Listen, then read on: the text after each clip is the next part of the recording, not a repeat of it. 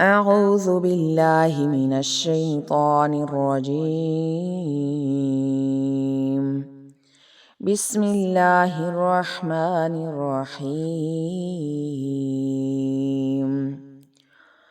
قل يا أهل الكتاب تعالوا إلى كلمة سواء بيننا وبينكم ألا نعبد إلا الله ولا نشرك به شيئا ولا يتخذ بعضنا بعضا أربابا من دون الله،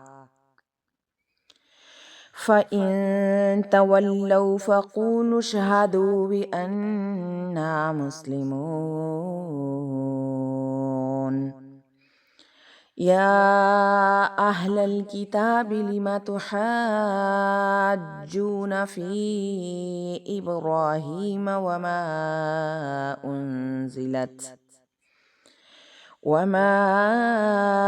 أنزلت التوراة والإنجيل إلا من بعده، أفلا تعقلون؟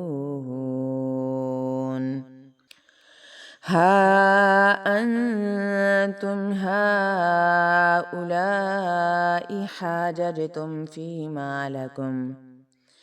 فيما لكم به علم، فلم تحاجون فيما ليس لكم به علم، والله يعلم وأنتم لا تعلمون.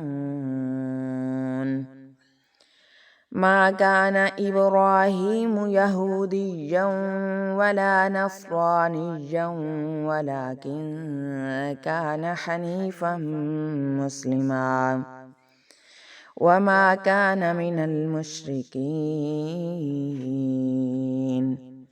إن أولى الناس بإبراهيم للذين اتبعوه وهذا النبي والذين آمنوا، والله ولي المؤمنين.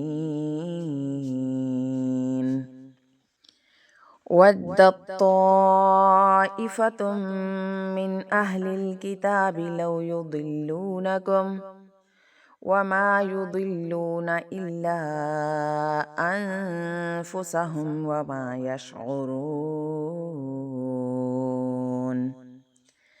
يا أهل الكتاب لم تكفرون بآيات الله وأنتم تشهدون؟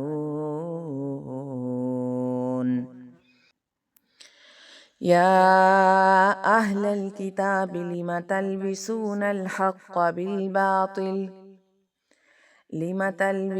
الحق بالباطل وتكتمون الحق وأنتم تعلمون؟